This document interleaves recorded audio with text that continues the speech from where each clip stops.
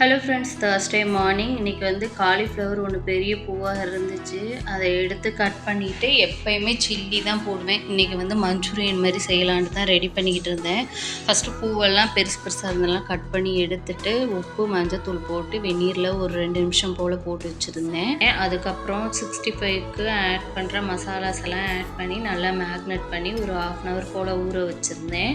ஊற வச்சுட்டு எண்ணெயில் போட்டு பொரித்து எடுத்துட்டேன். இப்படியே தான் எப்போயுமே செஞ்சு தருவேன். இதுக்கு மேலே மஞ்சூரியன் மாதிரி செய்வோன்ட்டு ஒரு பேனில் கொஞ்சமாக ஆயில் சேர்த்துட்டு பூண்டு இஞ்சி இதை வந்து ஃபைனாக சாப் பண்ணிவிட்டு அதையும் போட்டு நல்லா வதக்கிட்டு வெங்காயத்தையும் சாப் பண்ணி தக்காளி கருவேப்பிலை இதெல்லாம் சேர்த்துட்டு கொஞ்சமாக மிளகாத்தூள் மல்லித்தூள் கொஞ்சமாக garam masala 1 spoon tomato ketchup 1 spoon soya sauce இருந்தால் ஊற்றிக்கலாம். என்கிட்ட இல்லாதனால நான் ஊற்றலை.